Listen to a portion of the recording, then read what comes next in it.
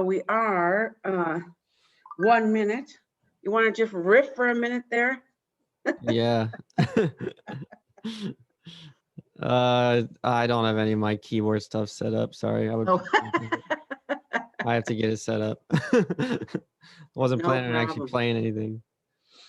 No problem.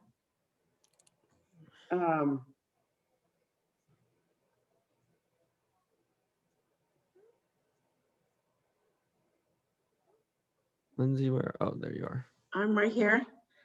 It's 10:45. So, good morning, all. My name is Lindsay Johnson, and I'm your service leader today. Oh, somehow that. Can you guys see me? My screen went black.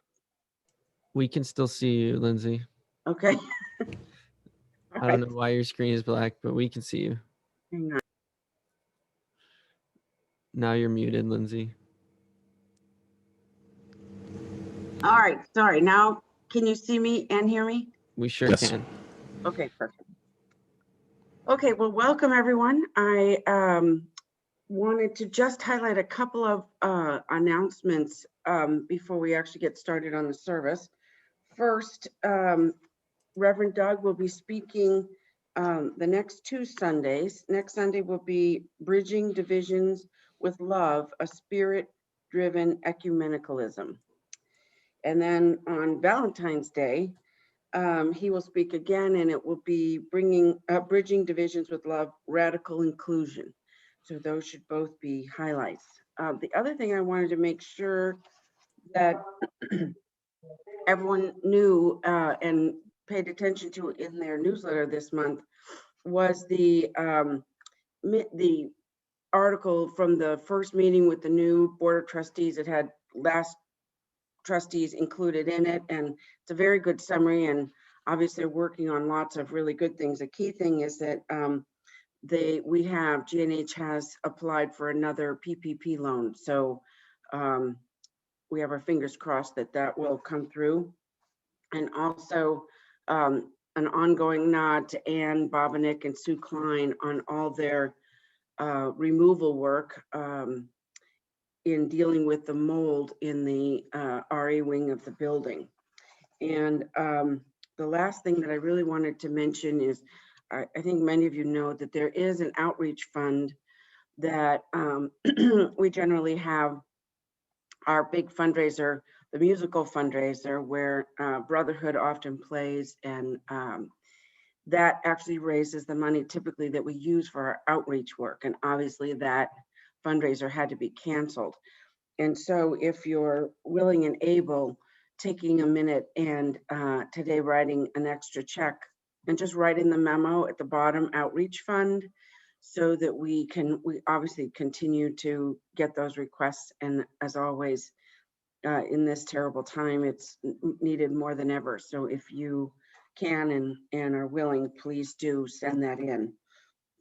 And last but not least, if you do shop at Kroger, please take the time to check and see if your registered donation charity that it would go to is GNH. Those dollars can really help us out, and they tend to come in a quarterly payment, and it's about between $100 and $200, but it wouldn't be that hard to get it up a little bit more. So I just wanted to personally encourage everyone to take the time to double check and see where they're registered. So without any further ado, does anyone else have any announcements? We did get word we did get approved for the second PPP loan. Oh, that's awesome. That is awesome.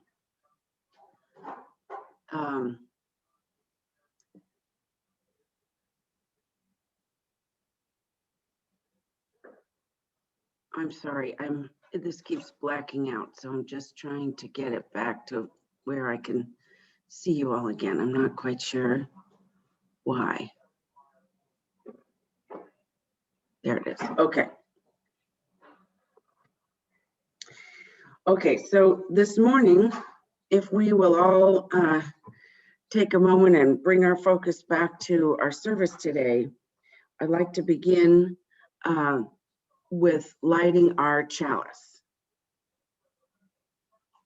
And Michael, is there a video today or? I'm going to share it here. 1 second, Oh, please. okay, good. Thank you, Alan.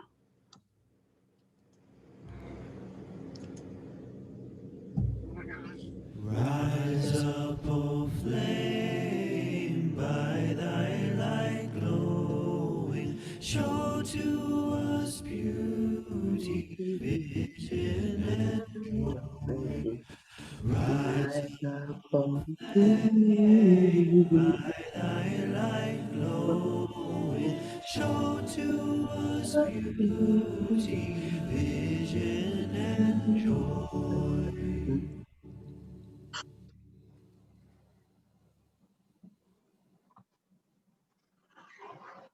Thank you, Alan. That was a really beautiful chalice.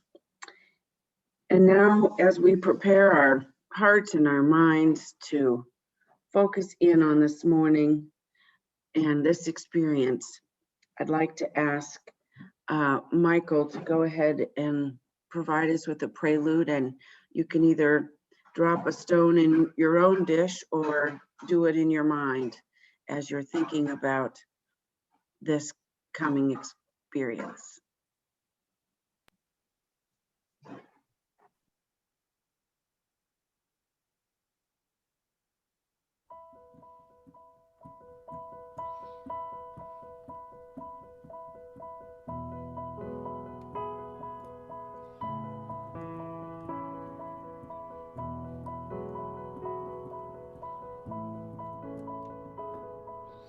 Though below me I feel no motion, standing on these mountains and plains, far away from the rolling ocean, still my dry land heart can say, I've been sailing all my life now.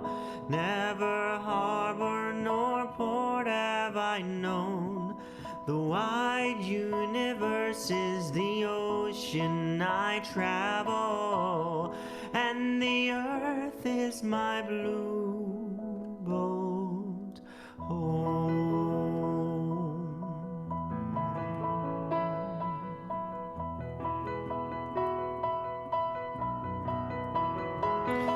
Sun and sail and moon my rudder as I ply the starry sea, leaning over the edge in wonder, casting questions into the deep, drifting here with my ship's companions, all we kindred pilgrim souls, making our way by the lights of the heavens in our beautiful blue boat home.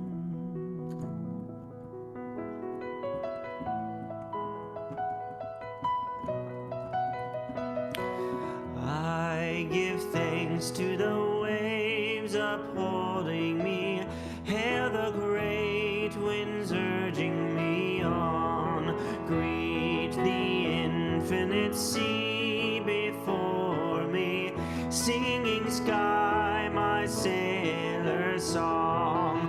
I was born upon the fathoms, never harbor nor port have I known. The wide universe is the ocean I travel, and the earth is my blue boat home.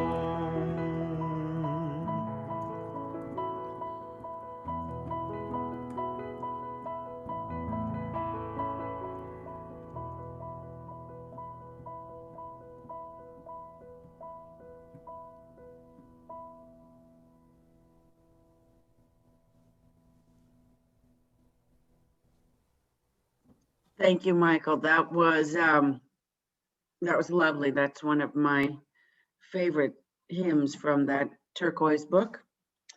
And now if I could ask you all to join me in repeating our unison affirmation. We pledge to create a welcoming community that celebrates human diversity, encourages spiritual growth, fosters responsiveness to our world, and commits to the future of all children.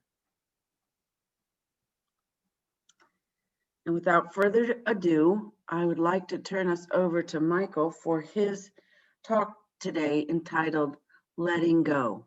Michael?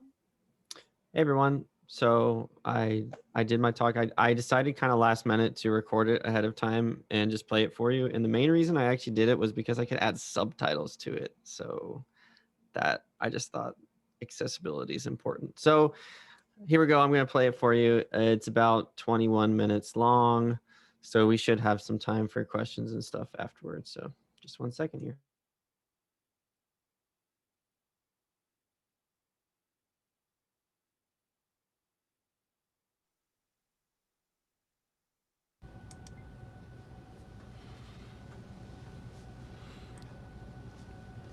Hey everyone, good morning.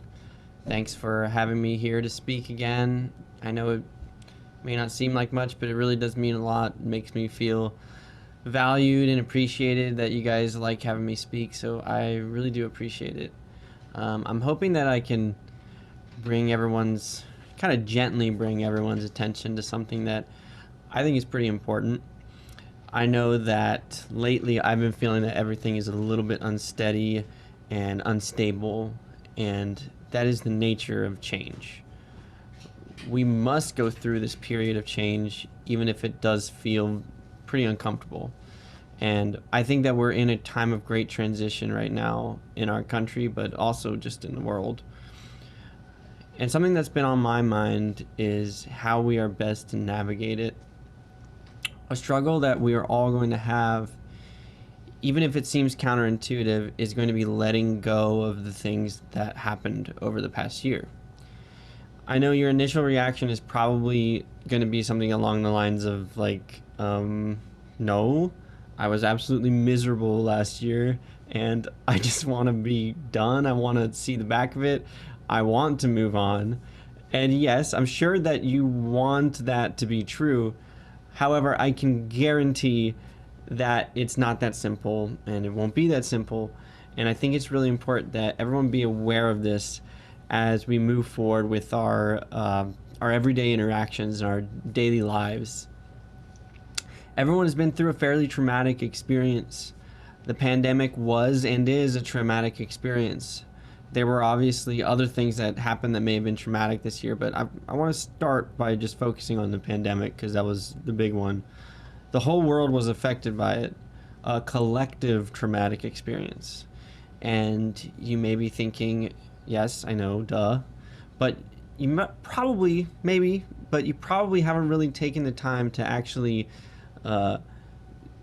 actively feel it and be aware of it, which makes sense because it's against our nature to dwell in spaces of discomfort, right? We want to be at peace, we want to be comfortable. But in order to be able to move on from this trauma, it's very important that we actually do take the time to feel it. So I'm going to start off by doing a short exercise here.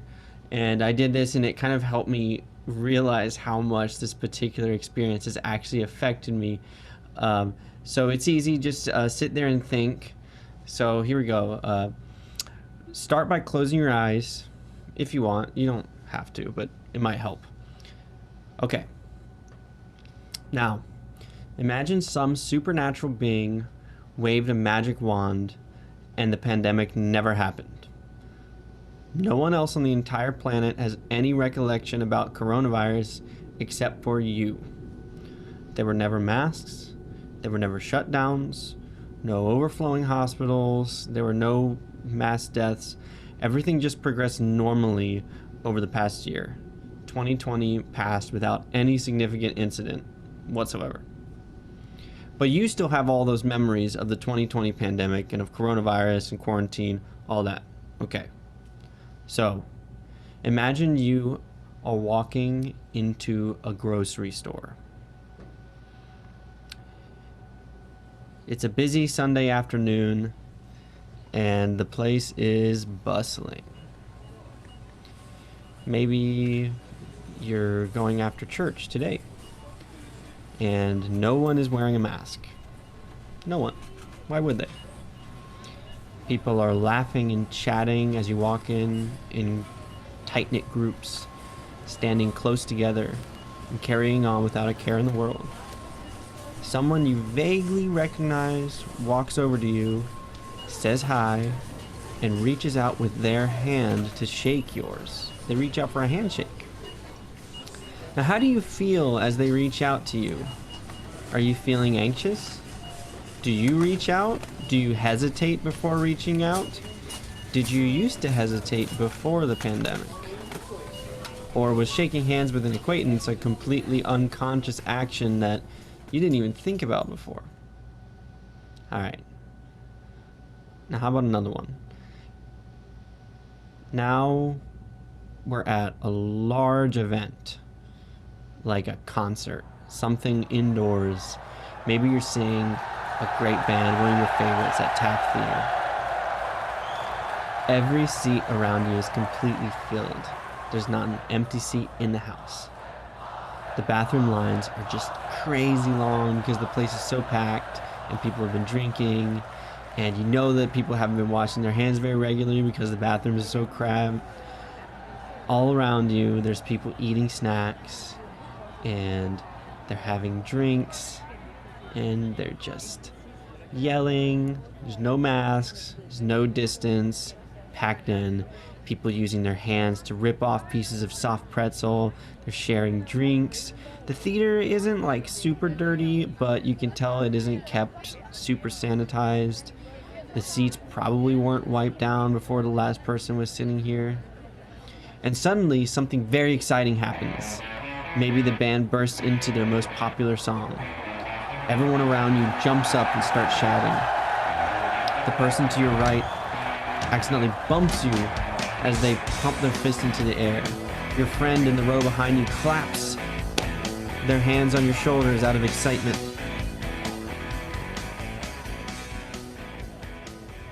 How do you feel right now? Normally you would be incredibly excited to hear this song played live.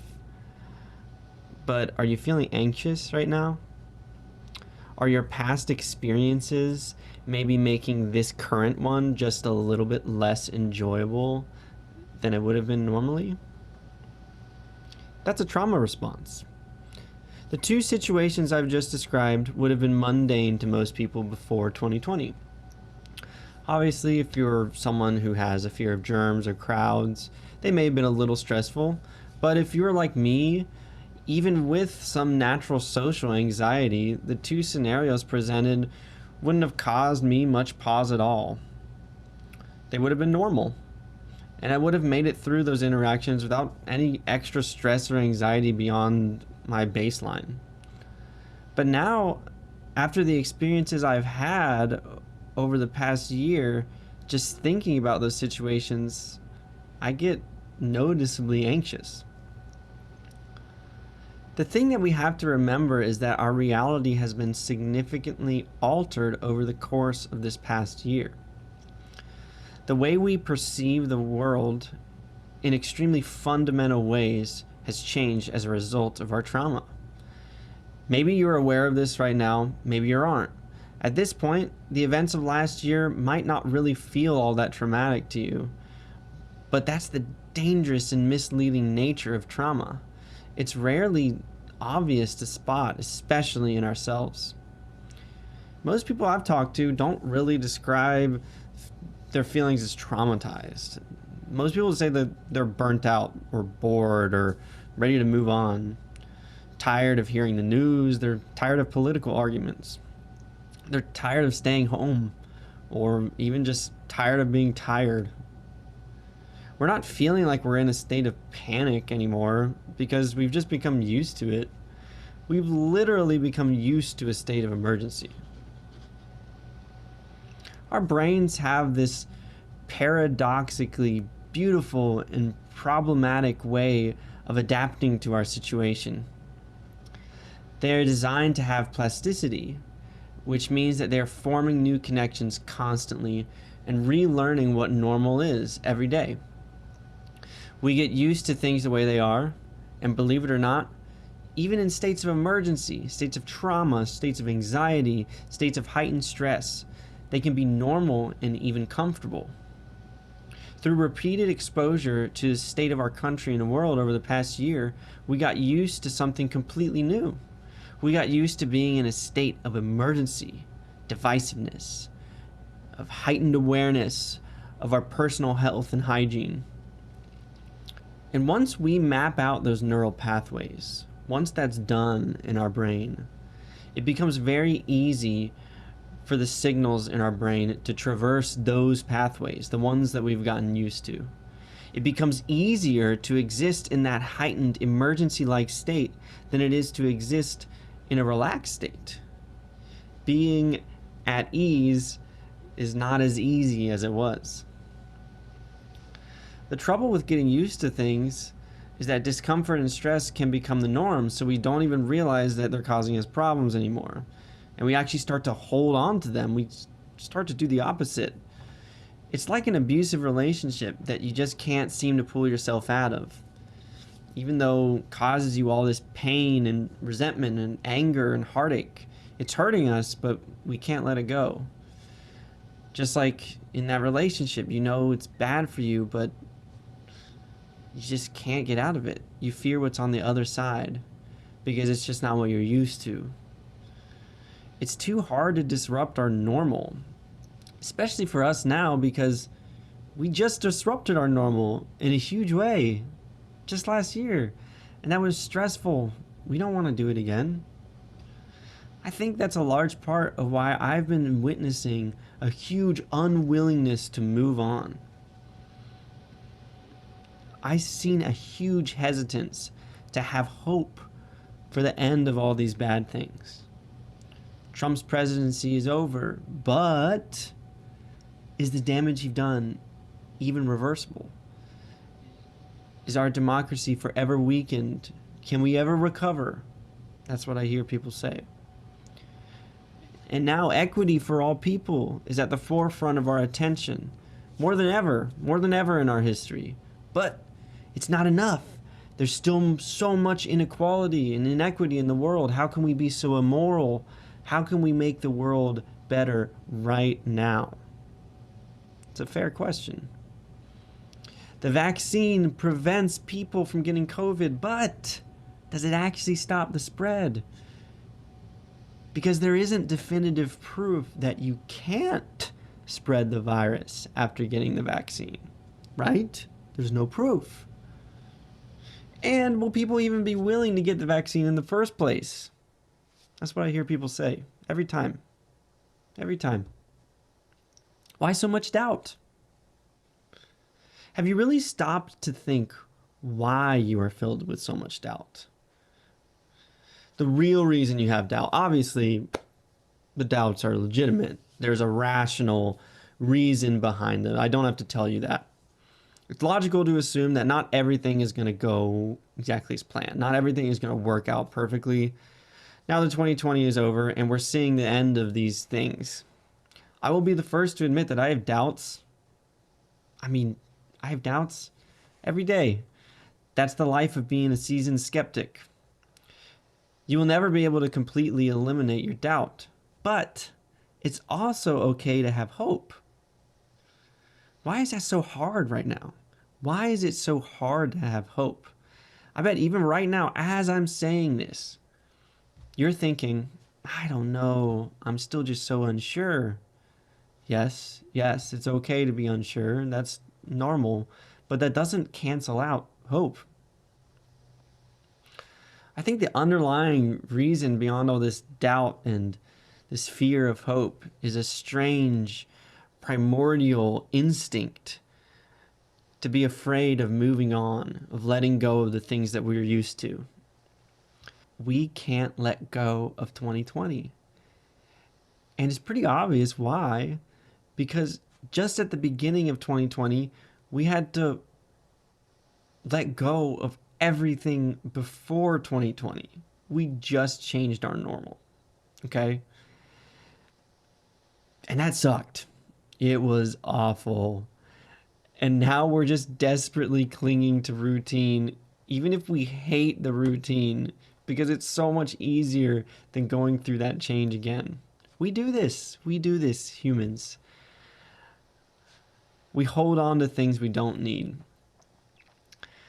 How many of you have like a stack of cardboard boxes that you haven't recycled, gotten rid of because you like might need them one day?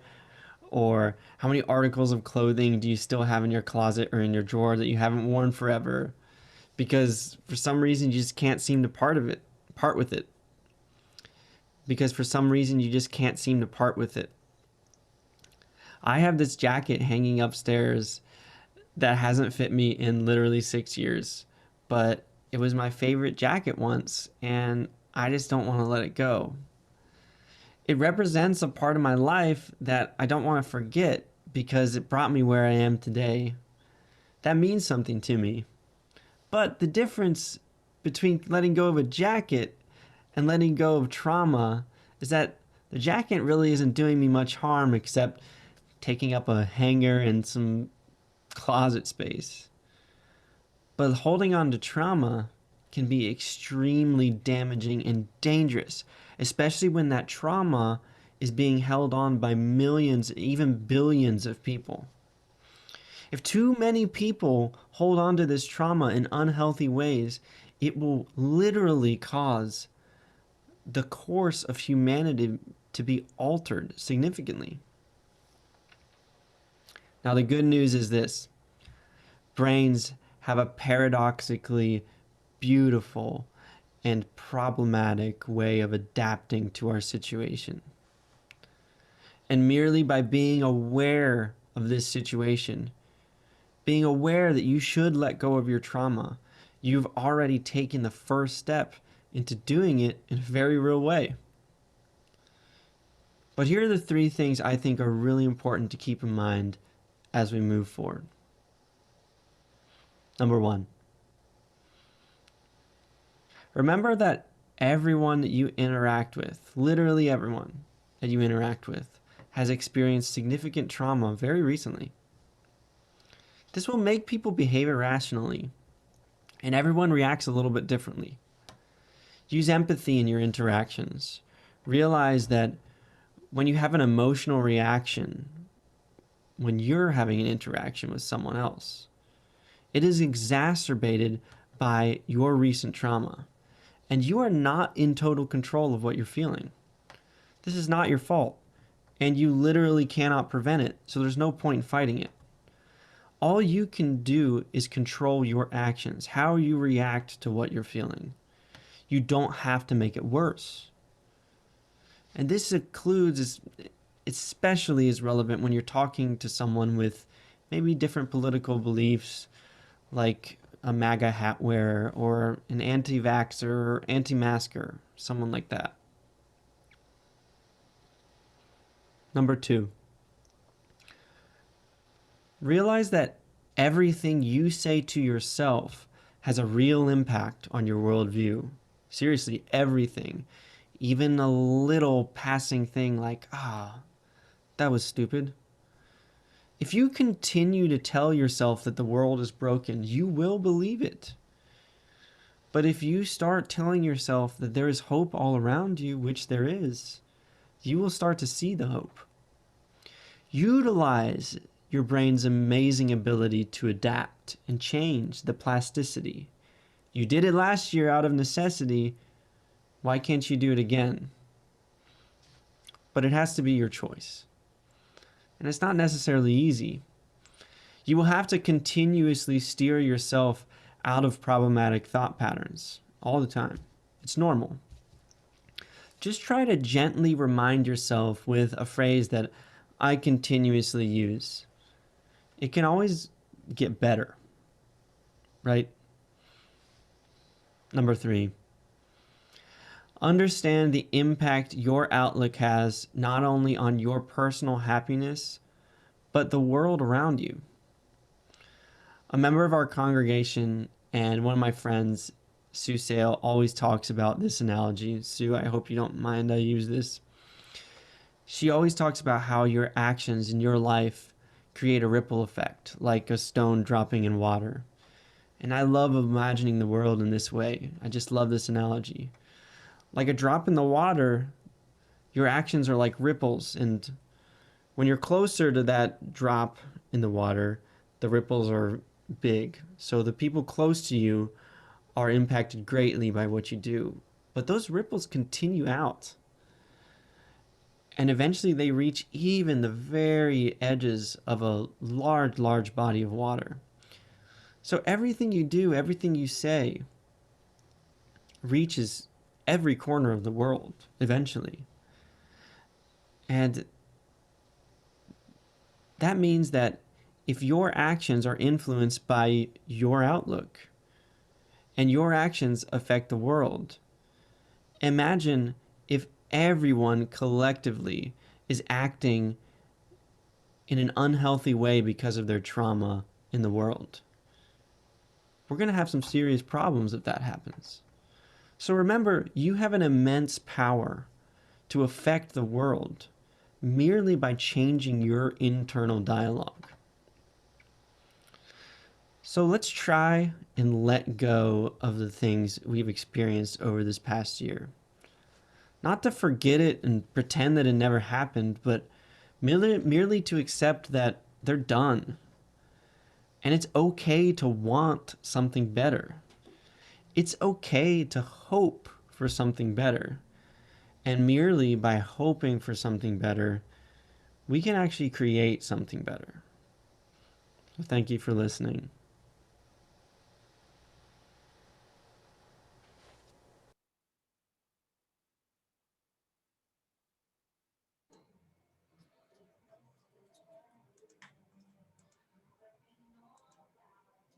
Thank you, Michael. That was really wonderful and very thoughtful. And so before we move on, I did want to open the floor for questions or comments, observations, thoughts. Yeah, we have a few minutes. Yeah, we have a few minutes here. So if anyone wants to talk to me about something, yeah, let me know. Sue, sorry for using your thing. I feel like I've used it like 1,000 times now. It's just great. Diane? Yeah. I am very grateful for your message today, Michael. It's very fitting in my life. It's a good timing. I also wanted to say that you, in some ways, medically, you hit the nail on the head as well, because stress creates different things in our bodies. And our body doesn't know if that's stress because we want to see people or stress because we're being hunted by a tiger. And that constant stress state is good for our overall health. Yes. So if you break down that stress state and step away from it, even for a small bit, it makes your overall health better. Absolutely. So if you can get rid of it altogether, that's fabulous. But most people can't get rid of all their stresses. Right. But that stress release and the things that do the cascade of things that happen in the body are problematic at best. Yeah. I think that that's a good angle that I hadn't considered when I was writing that. I should have included something about that. Thanks for that, Diane. That's great. Suzanne? Sue? Oh, sorry. Suzanne, and then we have Sue Sale after that. We'll do Suzanne first, though. I wasn't aware that I had raised my hand or anything. Oh. But I do want to thank you for that. I just want to say that I had similar thoughts, or I went through a similar thing right after I got my first vaccine. I got it earlier than I thought I would, and so it was sort of a surprise, and there was a great deal of hope. And then I realized that I wasn't quite ready to let go. So yes, I didn't think about that. I didn't think it through the same way you have. But I think it's time for us to think about letting go. So thank you. It's not easy. It's not something that'll happen quickly. But yeah, that's actually, I think, why my mind was on this, was because I participated in this study and was vaccinated, and it was, yeah, it kind of felt like the end of like a long ordeal. It was like, okay, I'm done with this now. What do I do? You know, it was like, what do I do now? How do I just go back to like thinking the way I did before 2020? And it's not easy. It's not easy at all. Anyway, Sue Sale. I want to. You said that was from me, the quote. And my father was the one that came up with the idea Right. that we were like a thing in the water, a stone in the water. But Yes. so I want to give credit where it was due, because he was a special person. Yes. I'm sorry. Yes, I do remember that it was your father. Yeah. Great Okay. little analogy. Love that. One thing that I just wanted to mention, Michael, is that the part of what I have found right now is my parents had their first vaccine, and this next week will be their second vaccine. And, they're really excited to just feel more free to be able to do what they want to do. But one of the things my dad said is, he said, well, I don't mind wearing a mask whenever. And it's one of the things that we'll also have to think about for a while, which is, when you travel in Asia for decades, many Yes. people wore masks outside all the time because the Right. air pollution was so bad. And Yeah. so one of the things that has to happen is we have to get past this false equivalency that having a mask on means something's bad. And Yes. so, if it means that you are masking out in public, but you feel more comfortable not masking with a broader circle of people than your just immediate pod, Yes.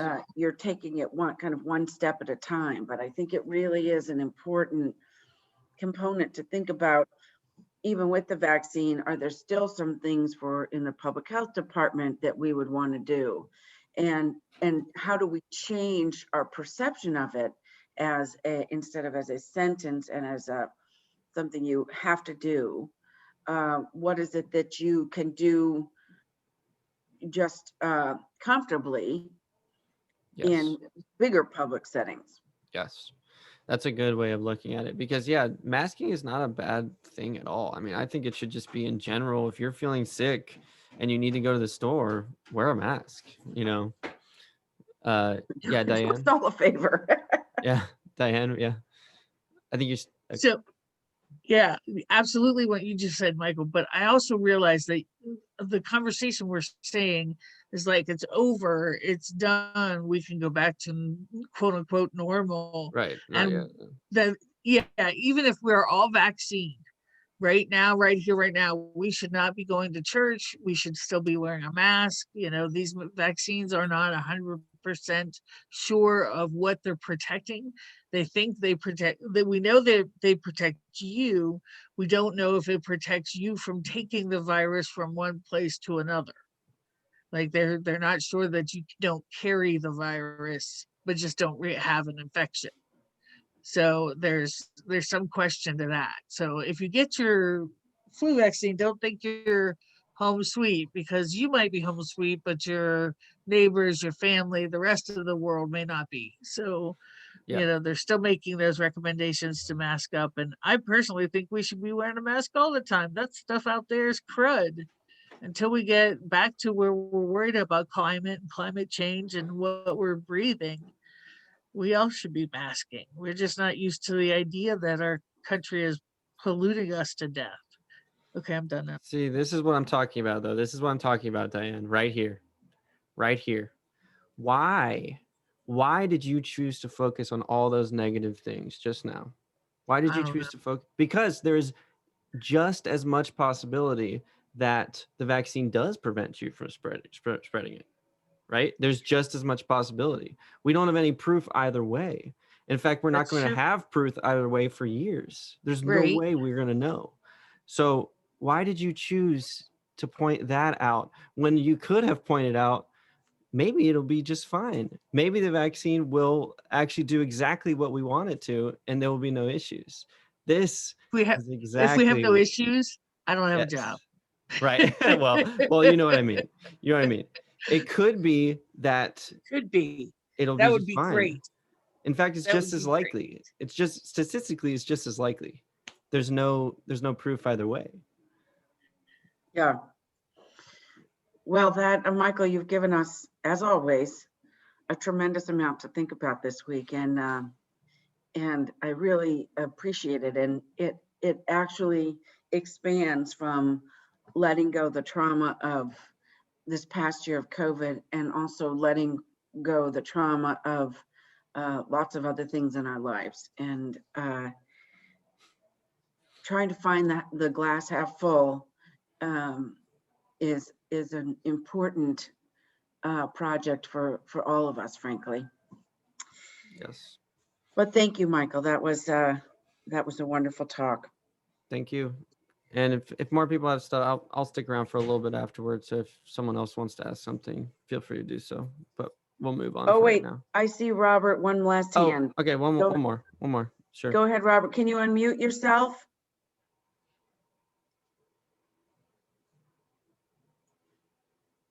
Is that better? Yep. Yeah. Okay, great. Listen, one thing that comes to my mind is this great big vaccine that was done when I was a young person, which is the polio vaccine. Mm-hmm. Polio used to affect everybody. I was growing up, everyone had a polio brace or knew someone who used a polio brace. And then the vaccine came out, and yes, polio was no longer an issue. We have no idea if this is going to work that way with COVID and the coronavirus. Mm-hmm. But it is possible, and it did happen with polio. So I think that it's very good to say, don't have such a negative attitude, have hope. Because the vaccine worked once before in eliminating polio. We may work again in eliminating COVID. Yep. That's all I wanted to say. That's a Good. great perspective. And one last, Ann McCracken, I saw your hand pop up. Can you unmute yourself, Ann? One thing is that Tom says that over time, we're programmed to the negative, and we're programmed to the negative because the people who were afraid to go out because there might be a tiger or whatever are the people who lived. So they lived, they procreated, and so we've got this bias to the negative. So that's an important thing to kind of keep in mind. And I do think, I mean, just recently, a senator who had the vaccine, someone on his staff, who was in his bubble, got COVID. And when they tested people back, it was the guy who had he was positive, the senator was positive, who had the vaccine. So Was he a Republican? hopefully, but anyhow, so that was one of the things there. So I think we do need to be careful about that. But I do think in some ways the shoe's on the other foot, in that we have spread, we're now the spreaders. The older people are the spreaders instead of the getters.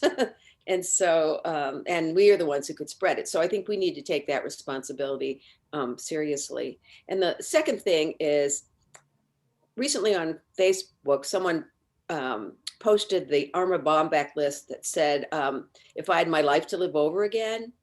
And I think we should all think a little bit, maybe take 15 minutes to think about that we do have our life to live over again. And what was it that we missed so much and that we want to do? And how are we going to prioritize that in our lives? That's a great thought, Ann. I saw one last hand, Nada. Can you unmute yourself? Personal philosophy of daily life that I acquired about 20 years ago was pessimistic optimism and optimistic pessimism. Yes. Yes. When things are going great, enjoy them, but keep in your mind it's going to change. And then also when things are going bad, just remember it'll get better. So that's my I daily love that. philosophy. Yeah, I think that's how I am too. That's good. Yeah. And I think that I lean toward the unsinkable Molly Brown. You sure There do, isn't a Lindsay. silver lining I haven't leaned on. Oh, wait, Pete, okay. Go Yeah, I ahead. had one more thing about vaccines. Because we're older than dirt, I remember when I was like in a probably third grade or so, they came to our school and inoculated everybody for smallpox. Right. And Yeah. so it was amazing how it went all over the United States and got smallpox vaccines. And it happened so quickly, and they did it such a good job. And of course, smallpox now are almost totally wiped out. Right. But I'm hopeful about the vaccine, and the first thing I want to do is hug people, especially my grandchildren. And Yes. we have had our first shot, and we're waiting for our second. So I'm very hopeful for when we can Great. get out Good. of here. I do think it makes a difference in expanding the people's bubbles so that there are more people in them that you know and know well, and continuing to wear your masks in large public things is easy enough to do. But I remember in college, well, everyone lining up for the German measles shot. And that was another one of those that had just swept the country, and they just lined you all up and so. Yeah. At any rate, thank you, Michael. You obviously have gotten us all thinking, and that's a great thing to do on Sunday mornings, and think about it and get ready for the week. And next is the next part of our service is sharing our wealth. And one of the things that I would really like for you to think about, since we're not all together, is taking the time to think about how we'll all meet our pledges and how we will continue to support the important work of our congregation while we're not meeting together. And one of the things that I saw on the list today that I am going to figure out is how to make it happen automatically, regularly, so that I don't have to think about it every week. So without any delay, Michael is going to play Part of Me Has Died. And that is a song that he's written.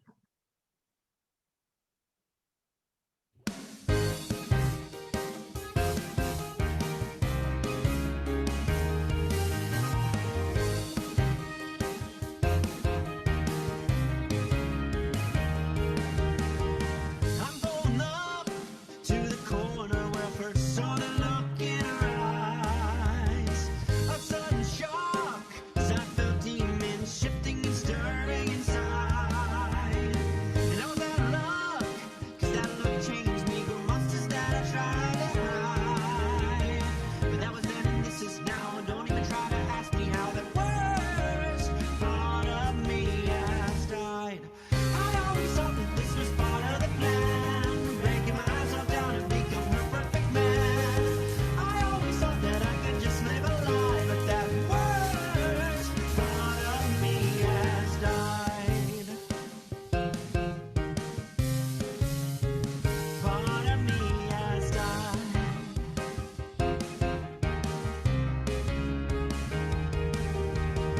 I'm looking down the streets of my hometown where we thought the world would end. I'm laughing now, thinking about fiction told for the sake of girls and friends. That was then and now it's changed. These bones don't even feel the same, and all of life seems so far away. I always thought that this was part of the plan, breaking myself down to become her perfect man.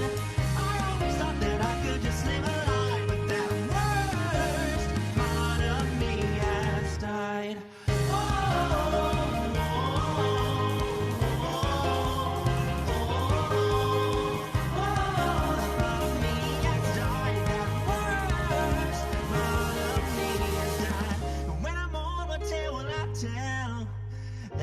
pressed on despite the weather. Am I okay with losing myself? As long as I can find something better. Something better. Always change. Something better.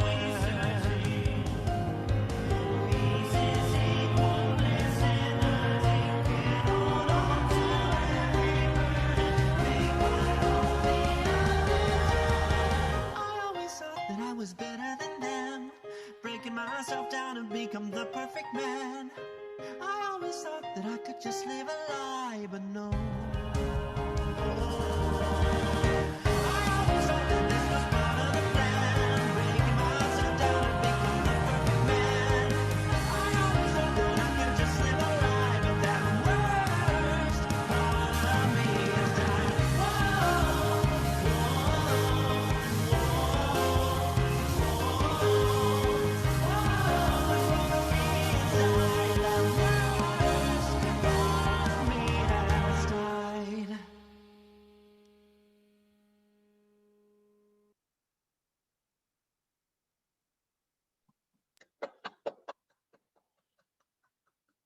Thank you so much, Michael. That is a very timely song.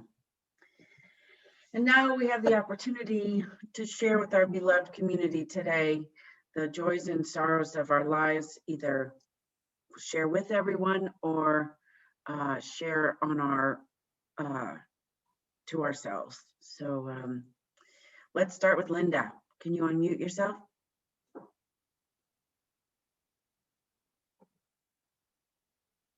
There you go. I'd like to share a joy. We've been worried for the last 2.5 weeks about my brother who suffered a stroke, but he is home and he doesn't seem to have any residual problems that perhaps an occupational therapist can take care of. But it's hard. He lives with his family in Delaware, and of course we can't see him. And I don't want to be the nagging big sister that calls all the time and says, "How are you, honey?" But we've been very worried, and he is just the luckiest fellow in the whole world.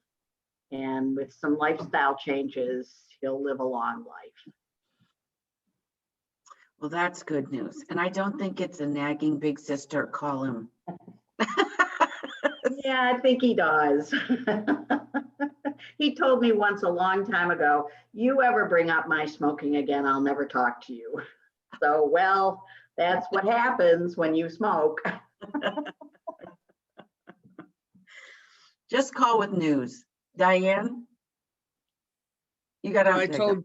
I told some people this when I first got on at the beginning, but I tried to, not on purpose, kill myself this week. I slid off my front porch, feet flying in the air kind of fall, landed with my head and my neck right on the edge of the porch, but not touching. Like I kept it off of it. But if I had let my head fall where it was going to fall, I would have A, slammed my skull into cement, but B, crushed my neck. Neither one happened and nothing was broken. So, if you're going to take a fall, serious fall, that's the one to take, one where you're not hurt, but bruised. And the doctor even came in, he's like, "Well, you must have bounced because there's nothing broken." So, and that we were all sure that there would be something broken, but there wasn't. So I am a very lucky person, and I'm blessed by the luck I have. So something positive. I know it sounded like a negative to begin with, but it's really not. Yep. Joel says, "Please keep Crosley in your thoughts and prayers. She is ill and running a fever. She hardly gets sick, but when she does, it hits really hard." Noreen in general. Can you guys unmute? There you go. Hi. Actually, this is General. And my joy is when I find out that two of my friends actually know one another. I found out on Facebook today that one of my ex-soccer players from years and years ago is friends with Lindsay because their sons played hockey together. So I am declaring us what's it called? 6 degrees of 6 degrees of separation, right? Which family hockey? Lindsey Johnson's son. Yeah, that's Ian, General. That's That's me. Ian talking. Oh, hi. Wait. Who's the name of the one that played hockey with me? It was Kathy Mercurio's son. Oh, Kevin. Kevin. Yeah. Kevin! Oh, that's so funny. Ian and Kevin went off on a hiking trip last summer before they both went off to college. So they live actually, General, they live 2 streets over from us. So That's fantastic because Kathy was one of my favorite young ladies to coach. She was a very nice young lady. that's hilarious. Well, they're a wonderful family, and her husband's actually on our school board. So thank you for saying that, General. That's a wonderful joy. Actually, I think I coached her when she was the age that her son is, so I am really old.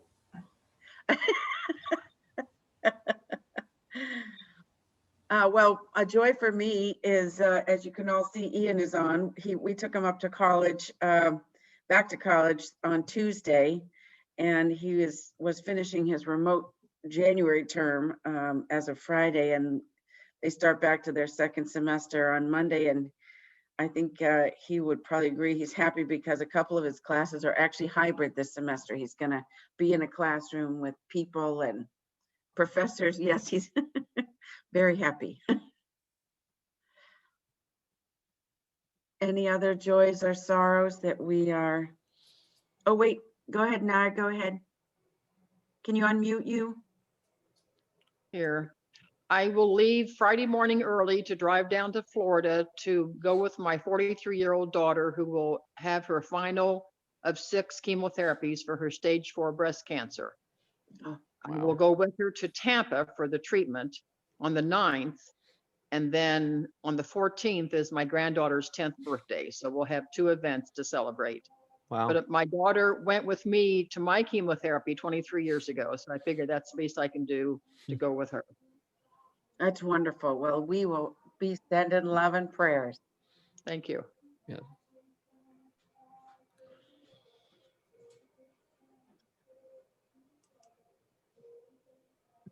Okay. Also, I'd like to make sure that everyone keeps in our thoughts and prayers Alan Jerome, who is recovering from a health challenge. So without any further ado, I would just ask that we all keep in mind those joys and sorrows that haven't been mentioned this morning, and be sure that as we move forward, we send a little extra good light out into the universe for all of our beloved community. And next, back to you again, Michael. We're all going to sing together the Fire of Commitment.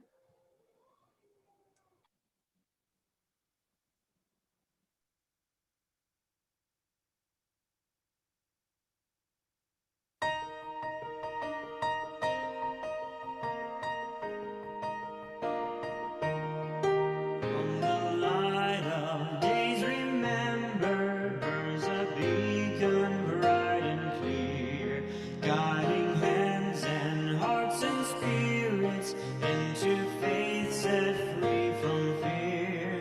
When the fire of commitment sends our mind and soul ablaze, when our hunger and our passion meet to call us on our way, when we live with deep assurance of the flame that burns within, then our promise finds fulfillment and our future can begin.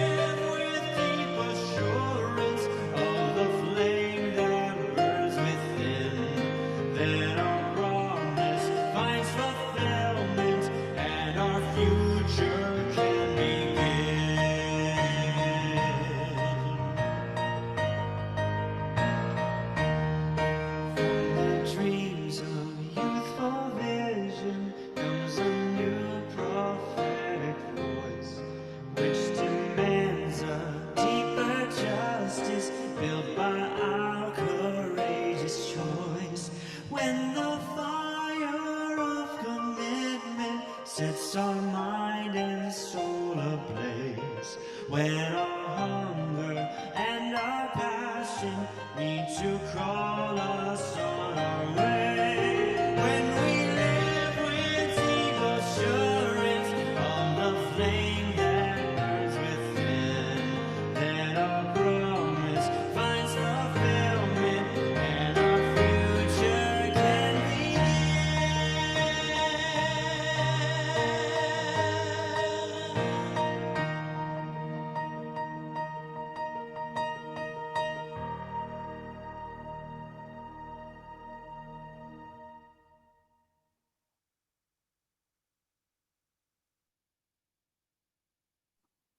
That was wonderful, Michael. Thank you again. This is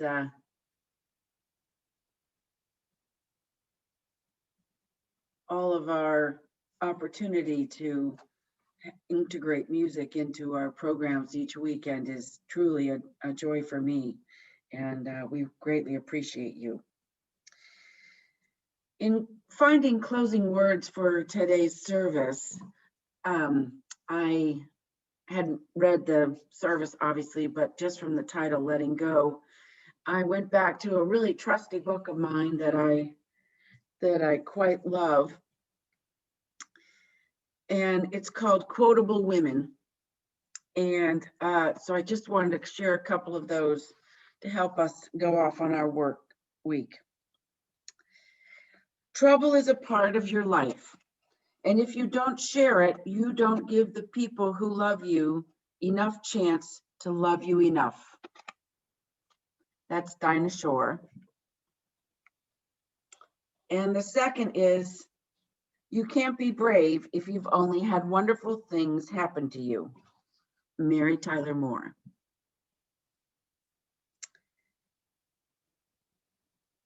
So let's go forward and have a chance to share some of what we've talked about this week.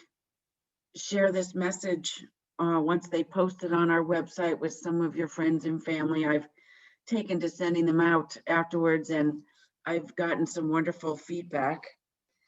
But more than anything else, remember that even when things are not good, they will be good. And this beloved community will help us and support us all going forward to get to that. So everybody have a wonderful week. We will all stick around, and I think Michael said he would stick around too for a while to chat if